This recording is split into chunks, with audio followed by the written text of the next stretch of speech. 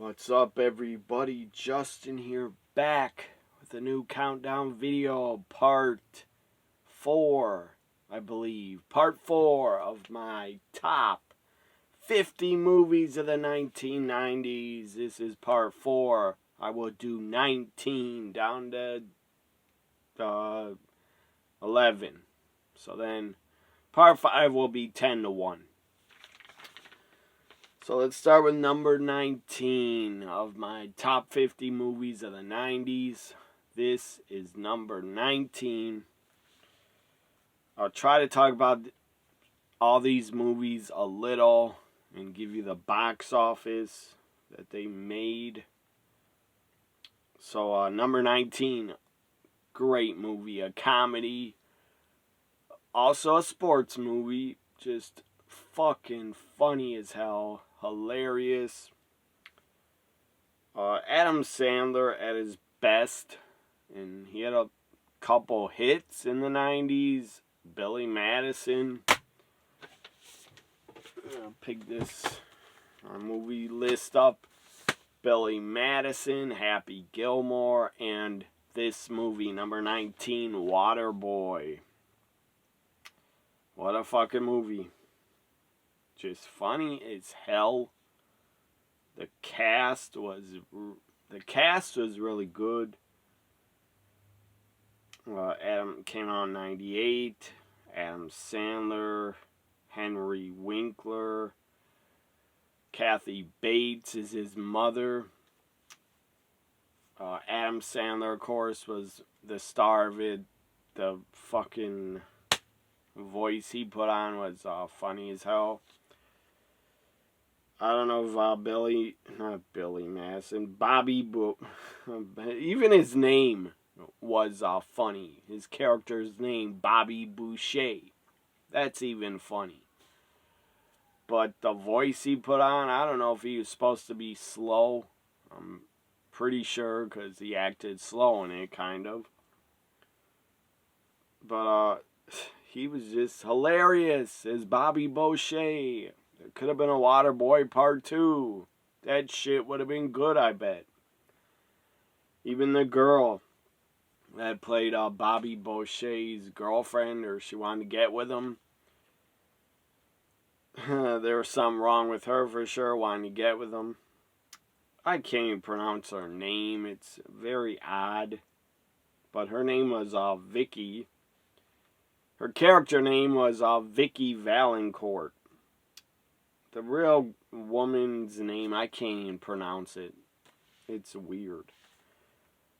But she is very good in it. Vicky Valancourt. She was damn good in it. Playing her role. So it was great. Let's check now the box office. Again, the box office, I'm sure it made a profit. The budget was $23 million on The Waterboy, and it made $190 million. That's great. Really good. And critics that like to review movies, they always love to, or they used to, I don't know if they do anymore, but they used to love to bash Adam Sandler in his movies and claim he wasn't funny. Yes, his movies were fucking funny. And then serious roles later on in his career, he was damn good in Undercut Gems. He was really good in that. So he can do a lot more than comedy. But comedy movies are definitely what he's best at. Again, the cast was great, and The Waterboy was fucking great. If you didn't think that movie was funny, if you didn't laugh during some parts of it, then you have like zero sense of humor, in my opinion. Also, let's take it back to wrestling, because who was in The Waterboy? The Giant, Paul White. Wrestler, The Giant, The Big Show, Paul White was in The Waterboy as Captain Insano character. And why do I bring up a wrestling reference? Because a wrestler was in The Waterboy, and I'm a fucking huge wrestling fan. This is not a Big Show shirt, but I got so many wrestling shirts. I always wear them during my videos. To just get the wrestling name out there for viewers that maybe aren't wrestling fans. You should be. So number 19, The Waterboy. Number 18. Great movie. Great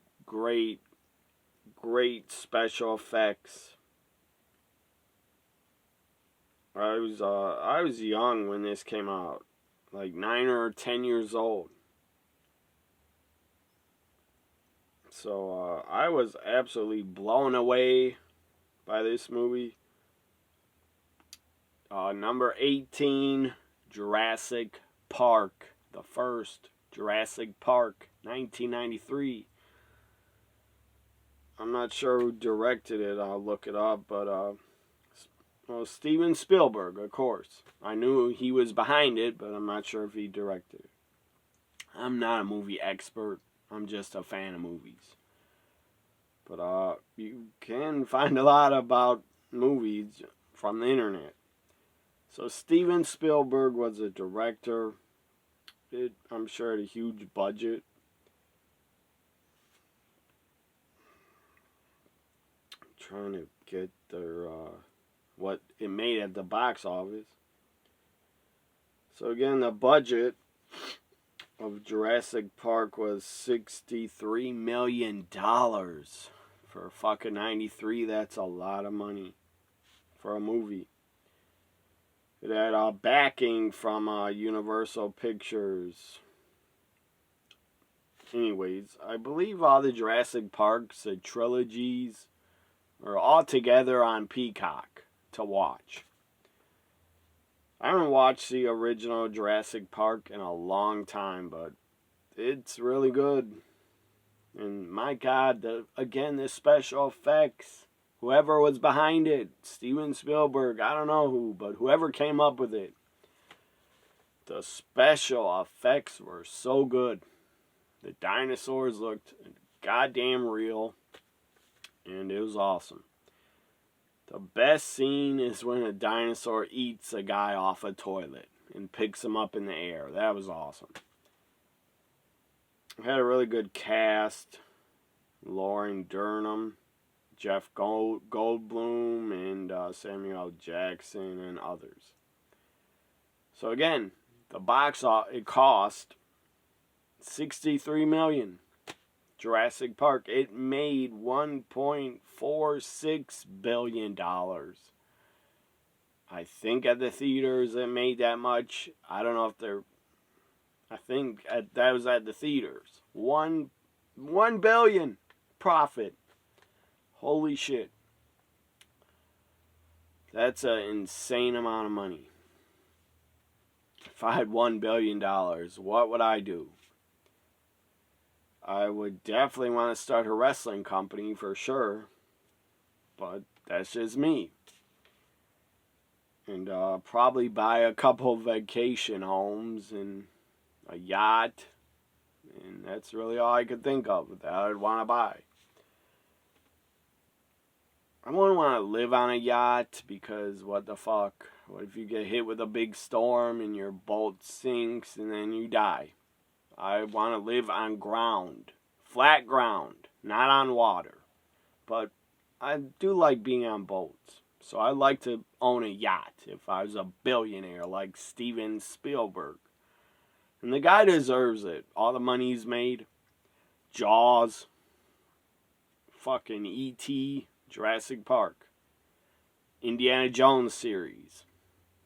He's behind some of the biggest blockbusters of all time. Number 18, Jurassic Park. Great movie, still holds up. Number 17.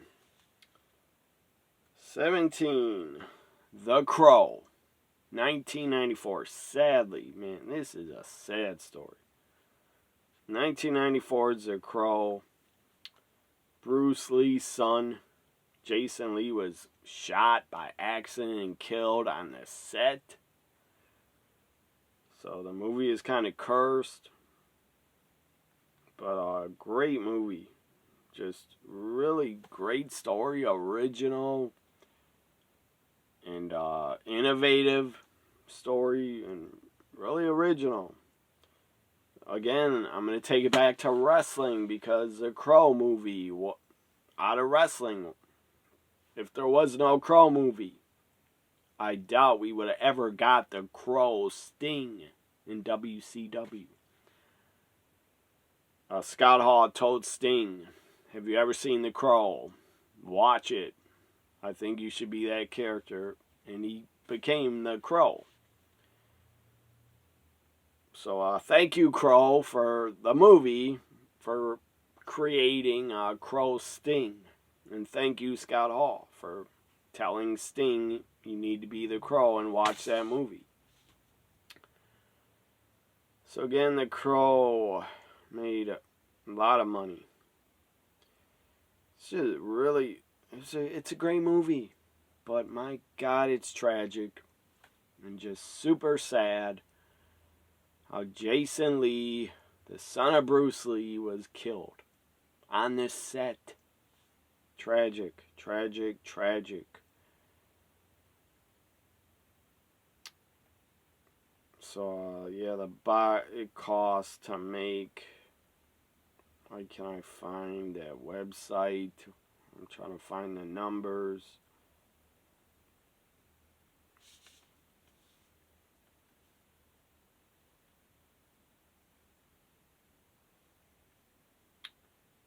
Crow, I was typing in The Crow, something about The Crow remake came up. No, don't ever remake or try to remake The Crow. It wouldn't be as good. The budget could be bigger and more special effects, but no.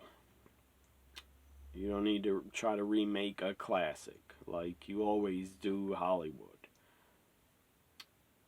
And there's not going to be any movies made anyways. They're on strike right now, Hollywood, and the actors and the writers.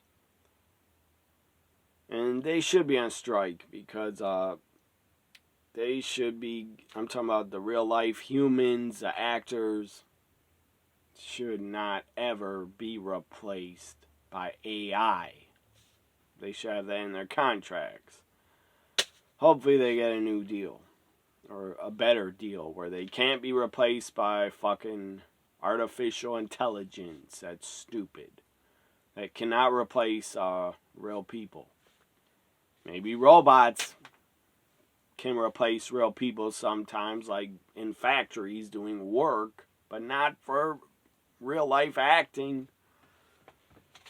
We're trying to make AI, trying to make actors into AI. That's stupid. So anyways, yeah, The Crow. My number 17, The Crow, 1994, at a budget of $23 million.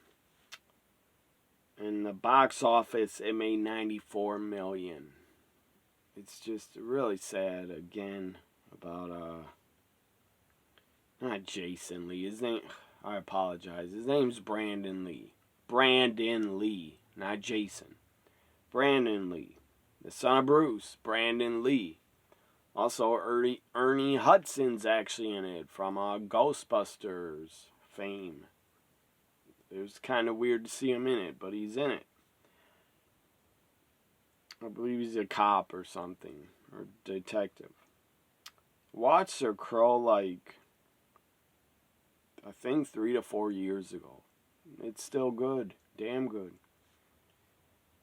So, again, I just can't stop thinking about Brandon Lee, how he died. So tragic. The guy was only 28 years old when he was killed on the set. I believe his mother is, I think, still alive.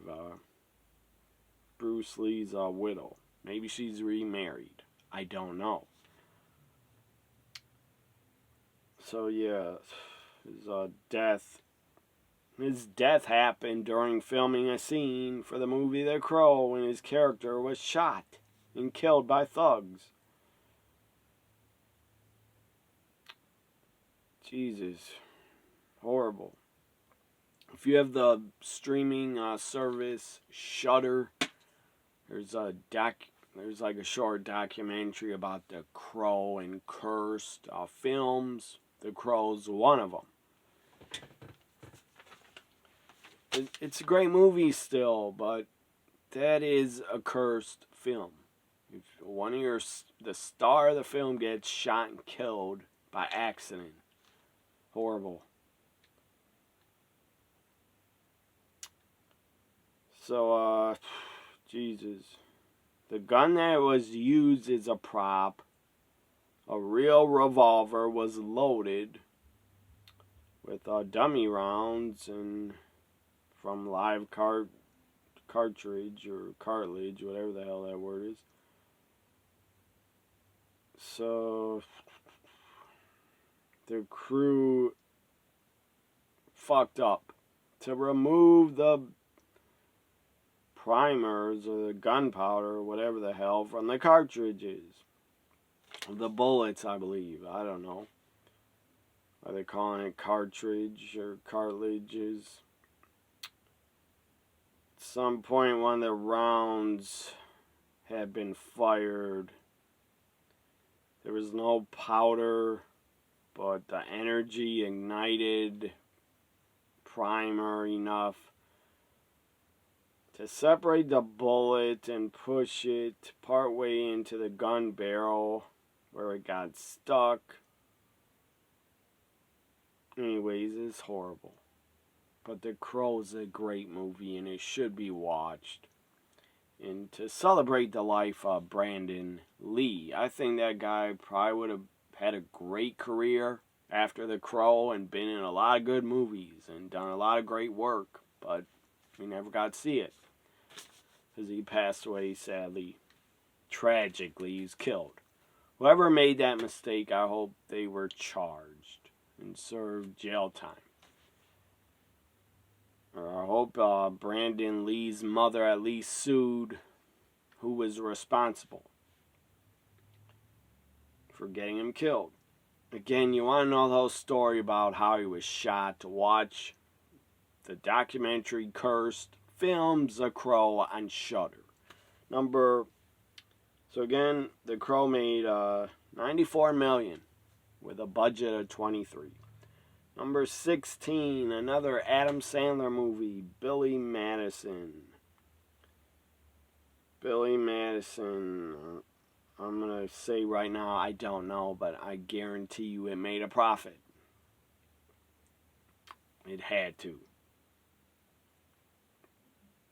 Just to me, it's a funny as hell story. You know, that kid that's part of the class or one of the grades that Billy Madison's going through was always yelling, putting his arms up, O'Doyle rules. I don't know why he did that, but that was funny shit. So, great cast, Adam Sandler. Bridget Wilson, she was damn hot in it. The blonde teacher, she was damn attractive. I don't know what happened to her, what other work she did after Billy Madison. Here's a picture of her from 2006. She was still attractive in 2006. I don't know how she looks now.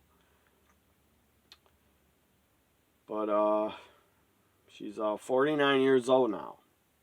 But in Billy Madison, my goodness, she was hot. I thought she was, at least. So, maybe she's still acting. I don't know. She was actually in Mortal Kombat video game. In 2020, she was a voice. The voiceover for, so I think she's in Mortal Kombat So she was in the movie Mortal Kombat in '95, the first one. She was Sonya Blade, I think. I'm not sure. But she was a voice. She did the voice for the Mortal Kombat 11 video game in 2020. So maybe she's doing voiceover work. I don't know. Her last acting job on TV was 2008. Maybe she was Sonya Blade. I don't know. In the Mortal Kombat movie in '95. Billy Madison's budget was $10 million. I don't know why it fucking costs that much, but okay. $10 million, and it made $26.4 million. Again, this story is outrageous, but it's hilarious. Number 15 of my top 50 movies of the 90s. Great movie. I don't know what you call this. I guess it's a drama, coming of age movie. I don't know. 1991. My Girl. Number 15. My Girl. Really good movie. Really good. I'm pretty sure it made a profit. Had a great cast. Dan Aykroyd is the girl's dad, the main character. The girl that was, I gotta find out her name, her character name. She was really good in it. The young girl. Anna Klumsky, I think, is her name. So yeah, she was young in My Girl. I don't know how young, but she was like, I think 10 to 12 or something. Great cast. Dan Aykroyd, Jamie Lee Curtis, Macaulay Culkin. And the girl, Anna Clumsy, or whatever, however you say her last name. I'm not good at pronouncing some people's names. So she's the girl. She's been in a lot of stuff since My Girl, a lot of television. And she was mostly in the HBO show Veep. She was in 65 episodes of Veep, season 1 to 7. With, what's her name? I can't remember the woman's name. That was the star of Veep. What was her goddamn name? Julia Dreyfus. She was a star of Veep. With the girl from My Girl as an adult in it. So, My Girl, I'm sure made a ton. Was released November 27th, 91. Had a budget of $17 million. Box office, it made $121.5 million. My Girl made. Great movie if you've never seen it. And pretty damn sad when one of the kids is attacked by something outdoors. I'll just say that if you haven't seen the movie. Watch it. Number 14. So I keep dropping my papers because it was loose. Number 14. Damn good movie. Really good acting in it. They were a married couple at the time.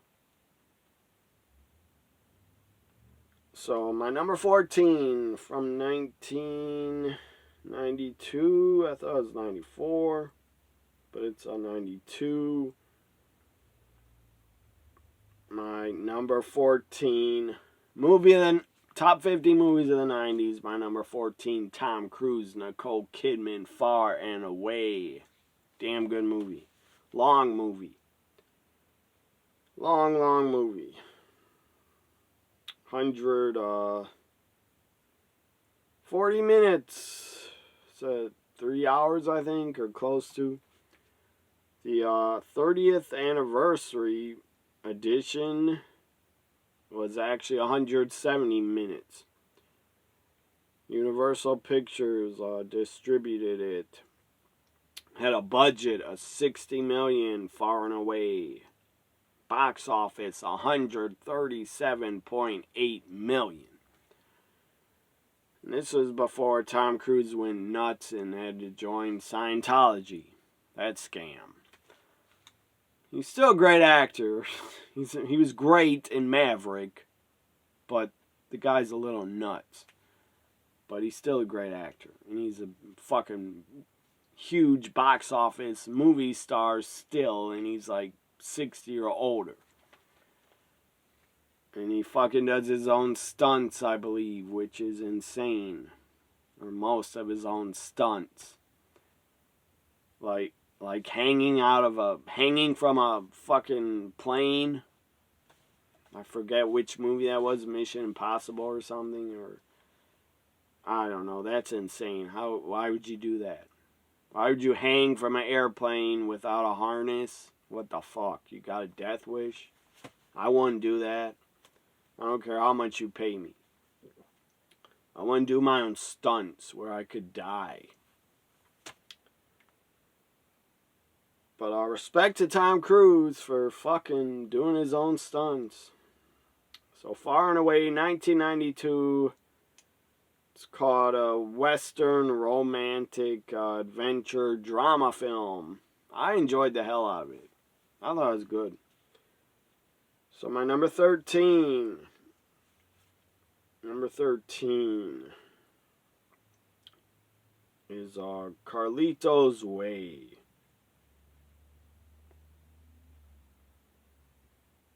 Carlito's Way, what year is it? 1993. I wrote the year down, but I wasn't sure if I was right. I was. Carlito's Way, Al Pacino, Sean Penn, again, great cast. Carlito's Way is in a American crime drama film. So Carlito's Way was a budget of $30 million. The box office, it made $63 million. So good profit. My number 12. Number 12. I don't know. I don't know why I put this movie on my list. But I did.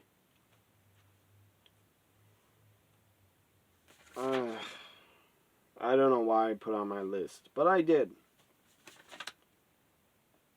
So number 12 is Natural Born Killers. Good actors in it, but it's not, I don't know, it's not one of my favorite movies of the 90s. Maybe I couldn't think of any other movies, that's why I added it. Natural Born Killers is a crime film. Great cast, Juliette Lewis, Tommy Lee Jones, Woody Harrelson, Robert Downey Jr.'s in it, Iron Man's in it. I don't ever remember seeing him in it, but I've been watching in like over 20 years. So Natural Born Killers at a budget of $34 million at the box office, it made $110. Again, I didn't think it was that good. But I had to put a movie on my top 50. Because I ran out of movies. I couldn't think of any more. So really, 49 of these movies I really love. And then there's Natural Born Killers, which I don't care about. I'm not going to lie to you. I put it on the list, top 50, because I couldn't come up with any more movies. I couldn't think of any more I liked from the 90s. Now, this movie I love. The rest of these 11 to 0 I love. Number 11. This will be my final one. And then there'll be a final part that I'll do sometime probably next week. I don't know. I'm busy this weekend. I'll be out of town. So I'm going to be shooting videos. Number 11. Great movie. Part 1 was better, but this was a good sequel. Really good sequel. Number 11. RoboCop 2. RoboCop 2. I thought it was really good. Came out in 1990. And it was a good sequel. It had a lot of nobodies in it except Peter Weller, RoboCop, and Nancy Allen. They were both really good in it. So RoboCop had a budget of 25 to 30 million, but I guess it underperformed. Because the box office, it made 45.7 million. So I guess that's underperforming. I don't know. It's still a profit. I still like the fucking movie a lot. It's a lot of great action in it. A lot of violence, which I love in my movies. But,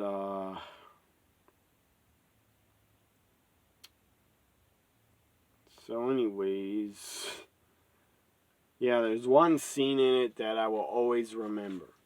When that giant robot that has the machine guns on it is shooting at RoboCop. That's a great scene. Trying to kill him. A robot trying to kill RoboCop. But this is a giant fucking robot on 2 legs. And the special effects were so funny because they were so bad how they tried to do it, but I mean, I don't blame them. They couldn't do it to make it look real.